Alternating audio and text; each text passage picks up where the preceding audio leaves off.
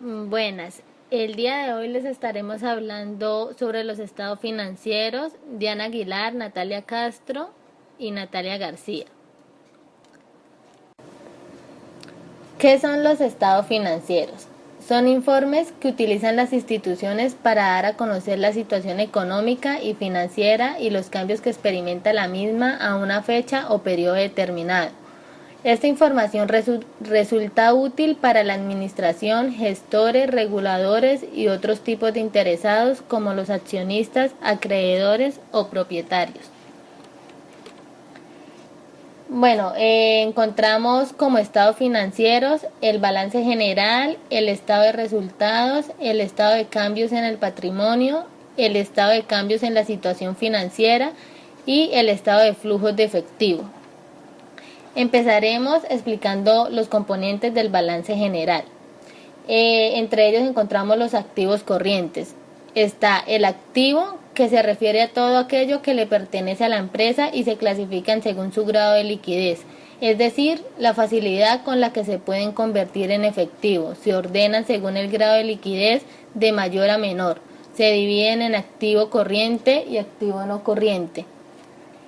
Después, el activo corriente.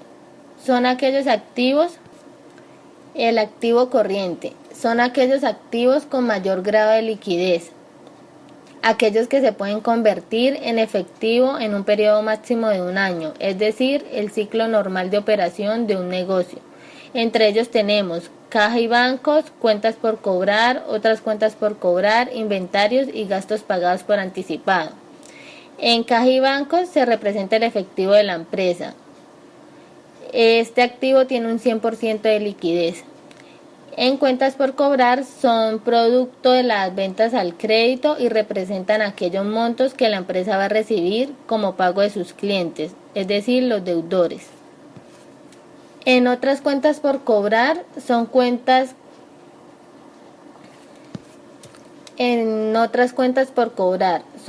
por cobrar producto de alguna transacción distinta al giro del negocio, es decir, alquiler de algún ambiente propiedad del negocio.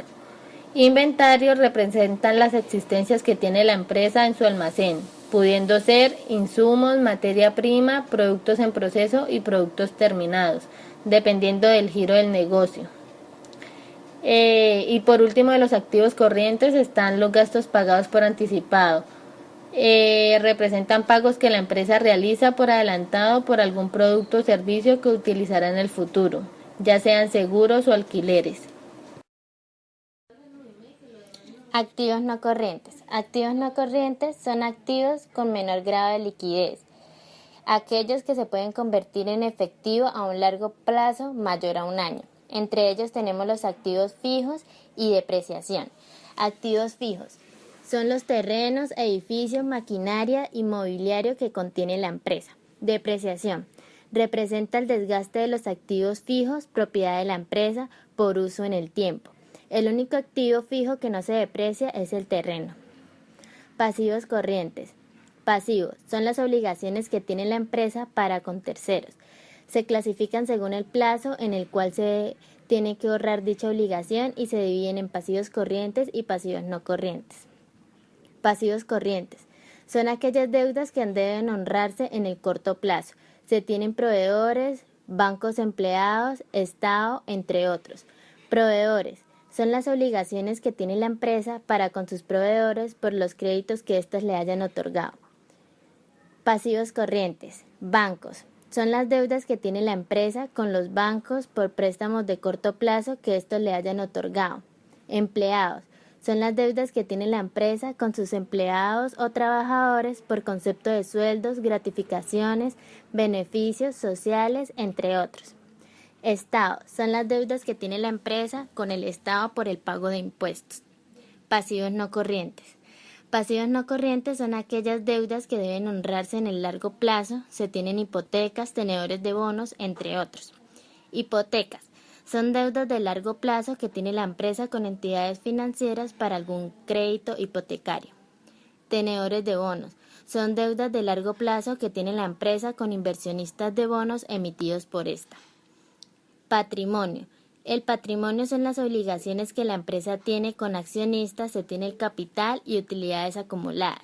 El capital se representa como la inversión inicial y aportes posteriores que hayan realizado los dueños o accionistas de la empresa para la constitución y operación de esta misma. Utilidades acumuladas son las ganancias que la empresa va teniendo en el tiempo, las cuales se van acumulando. Estas se pueden capitalizar, convertirse en el capital o distribuirse a los dueños a través de pagos iguales. El estado de resultados. El estado de resultados está compuesto por ingresos, egresos y vamos a dar una diferencia entre ellos. Los ingresos.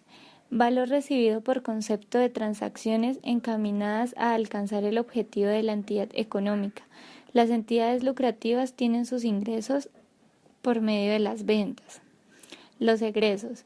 Valor de las erogaciones que es necesario efectuar para obtener los ingresos.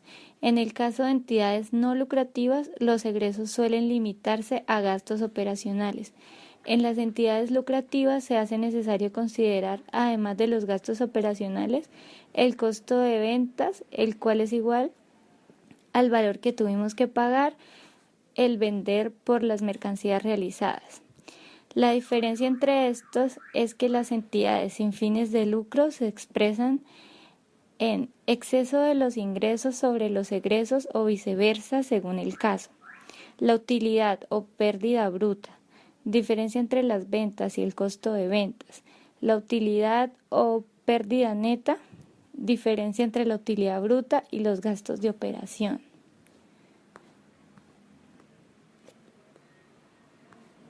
El estado de cambios en el patrimonio. El estado de cambios en el patrimonio le presenta al usuario información acerca de cada componente del patrimonio, lo que incluye una conciliación entre el importe en libras al comienzo y al final del periodo de cada componente del patrimonio, los efectos de la aplicación retroactiva de las políticas contables y los efectos de la reexpresión retroactiva de errores de periodos anteriores. Este estado, ahora vamos a hablar del estado de cambios en la situación financiera.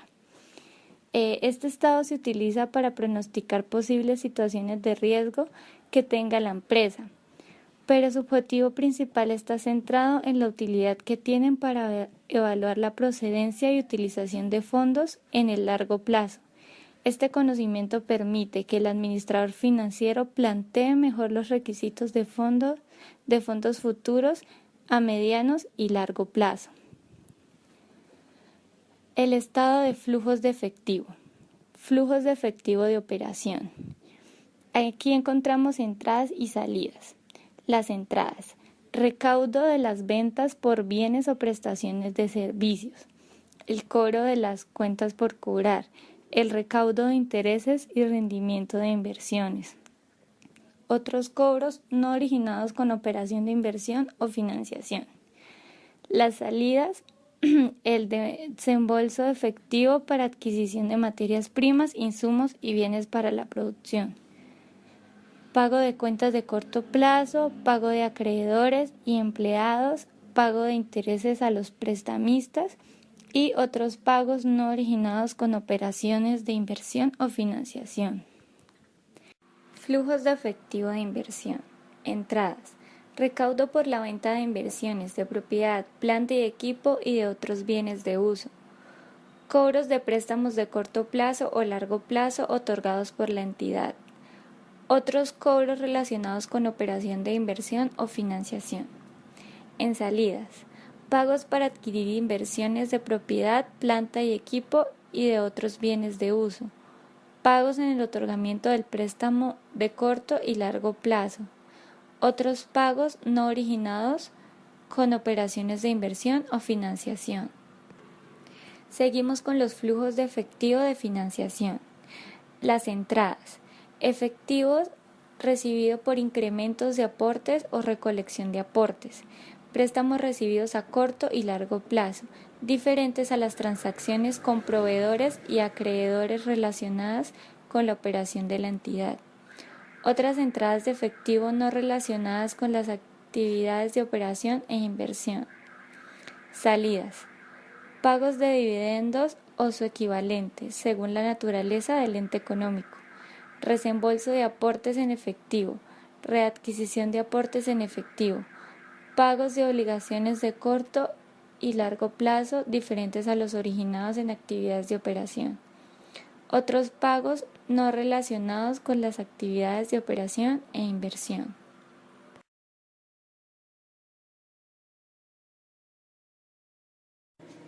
Diferencia del flujo de caja y el estado de pérdidas y ganancias. Un estado de flujo de caja es utilizado para mostrar a los propietarios de negocios todas sus actividades financieras. Esto significa que se podrá ver los pagos que se recibe al igual que los gastos para determinar a dónde está yendo el dinero. También podrá determinar aproximadamente cuánto efectivo mantiene el negocio en una base diaria. Los estados de flujo de efectivo son importantes para los propietarios de negocios porque muestran todos los detalles en cuanto al ingreso y a la salida de efectivo del negocio. ¿Es esto algo en lo que los estados de flujo de efectivo difieren de los estados de ganancias y pérdidas? El propósito de todos los estados de ganancias y pérdidas es mostrar a los propietarios de negocios cuáles son sus ganancias generales durante un periodo de tiempo específico. Este estado muestra lo que las fuentes de ingresos son en comparación con los gastos. La principal diferencia entre un estado de ganancia y pérdida y un estado de flujo de caja es que el primero no muestra todos los detalles de las actividades financieras. Por ejemplo, los estados de ganancias y pérdidas no muestran cosas como los pagos de préstamos, de tarjetas de crédito y los préstamos al propietario. Aunque se consideren estas cosas como gastos, no son considerados gastos para propósitos contables. Por lo tanto, no son registrados como tales en el estado de ganancias y pérdidas, pero sí son registrados en el estado de flujo de caja.